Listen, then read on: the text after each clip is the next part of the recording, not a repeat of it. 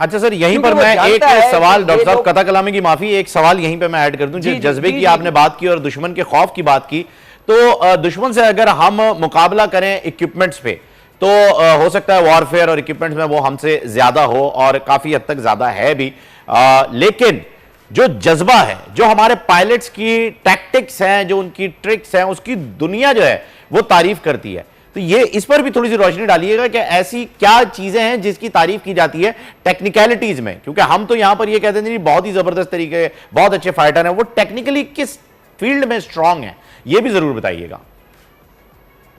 ये आपने बहुत अच्छा सवाल किया। एक्चुअली मैं इसी तरफ आ रहा था, और ये पैशन का जो मैंने लफ्ज इस्तेमाल किया था, जज्बे का, वो उसी तरफ, आपके सवाल की तरफ ही मेरा जवाब जा रहा था कि इस पैशन से दुश्मन घबराता है। और ये पैशन हमने एक दफ़ा नहीं बल्कि कई दफ़ा दिखाया है, और यही वजह है कि 3-3.5 गुना ज़्यादा ताकतवर एयरफोर्स को हमेशा हमने पीछे हटने पे मजबूर किया। टेक्नोलॉजी, 3 चीज़ें बड़ी हैं, हमें 3 टी याद रखिए, टेक्नोलॉजी, टीम वर्क और ट्रेनिंग। ये 3 चीज़ें ऐसी हैं जिसने पाक फिजाइया को मैच्योर किया, निखार दिया। और फिर जिस स्ट्रेटजी की आपने बात की है, वो लीडरशिप जब डिज़ाइन करती है, फॉर्मुलेट करती है, तो उसका दुश्मन नहीं इदराक कर पाता। और ये चीज़ अभी हमने फरवरी 2019 में भी साबित की। दिन दहाड़े, यानी दुश्मन ने आप पे रात को 2-2:30 बजे हमला किया और चंद दरख्त गिरा के चला गया। अगले ही दिन 48 घंटे के अंदर अंदर पाक फिजाइया ने दिन की रोशनी में 10 मिनट के अंदर अंदर उनके 2 फाइटर जहाज गिरा दिए, और तीसरा उन्होंने खुद अपना एक हेलीकॉप्टर गिरा दिया जिसमें उनके 6 बंदे जाँ बाक हो गए। बिल्कुल, वो भी पाक फिजाइया के डर से ही गिरा है, बेशक उन्होंने खुद गिराया हो। तो मैं ये कह रहा हूं कि पाक फिजाइया एक नज़रिए का नाम है जो इकबाल से होता हुआ कायद से ट्रांसलेट हुआ, और उसके बाद पाक फिजाइया की सक्सेसिव लीडरशिप और टीम। और इस टीम में सिर्फ हवाबाज नहीं होते, हवाबाज एक अंसर है जो कि एंड में आके ट्रिगर दबाता है।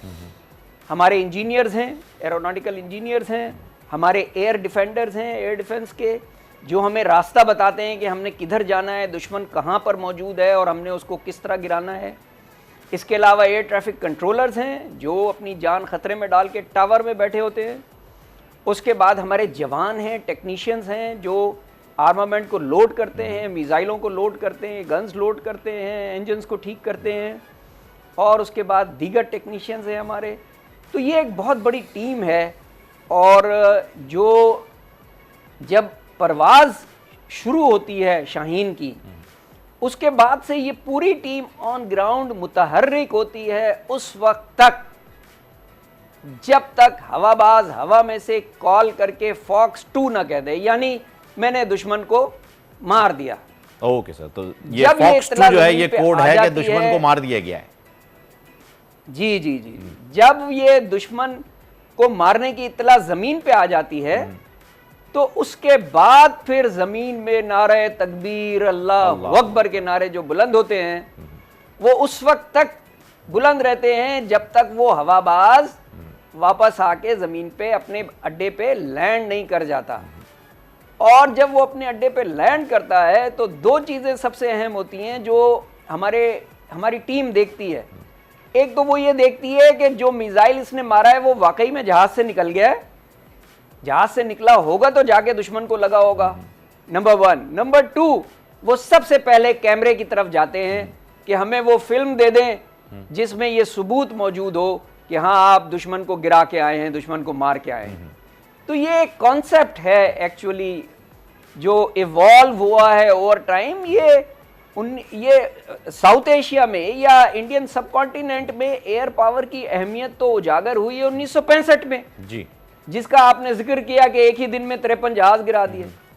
असल में तो ये 1948 में कायद के फरमान से ही काम शुरू हो गया था। बेशक, तो इस फर्क को मैं बयान करना चाह रहा था ताकि आपके नाजरीन को ये चीज अच्छा, इसी में एक चीज और ऐड कर लीजिएगा सर, ये F-16 जो है, F-16 उड़ाने में जो है वो पाकिस्तानी पायलट अपना सानी नहीं रखते। ये बात तो F-16 बनाने वाले भी जो हैं वो बारहा कह चुके हैं। तो ये क्या ट्रिक्स और ये क्या टैक्टिक्स हैं, ये हौसला और जज्बा तो मौजूद है ही, और इकबाल के शाहीनों का जो है ये शेवा भी है। लेकिन एक इतने मतलब बड़ी बड़ी जो है वो सुपर पावर सो कॉल्ड मौजूद हैं, और इसके बावजूद भी वो इतनी बहादुरी के साथ जो है फ्लाइंग नहीं कर पाते। तो हमारे पायलट्स की ये क्या खास ट्रेनिंग्स हैं जिसके तहत ये जज्बा पैदा होता है, और इतना जज्बा पैदा होता है कि जब दुश्मन का पायलट हमारे पास आ भी जाता है तो हम उसकी मेहमान नवाजी करते हैं, उसे चाय भी पिलाते हैं और फिर उसे घर तक भी छोड़कर आते हैं। जी, मैंने जो अपना T3 आपको बताया था, जिसमें टीम वर्क, टेक्नोलॉजी और ट्रेनिंग, पाक फिजाइया को डे 1 से इस चीज़ का एहसास था कि वो इक्विपमेंट में और इक्विपमेंट की तादाद में दुश्मन के मुकाबला नहीं कर सकेगी, क्योंकि हमारे पास ऐसे वसाइल नहीं हैं और नहीं थे कि जिनसे हम नंबर में उनका मुकाबला करते। तो जब आप किसी से नंबर में मुकाबला नहीं करते तो फिर आपको क्या चाहिए?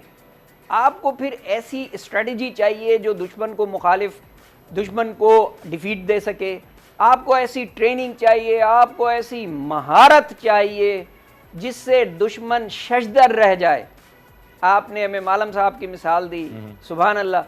तो इस तरह तारीख भरी है सरफराज रफीकी, यूनुस शहीद, यानी जिन्होंने अपनी जान की परवाह किए बगैर न सिर्फ शाहीनों का नाम बुलंद किया, पाकिस्तान का नाम बुलंद किया, बल्कि दुश्मन को ये सोचने पे मजबूर किया कि ये हम किससे लड़ बैठे हैं।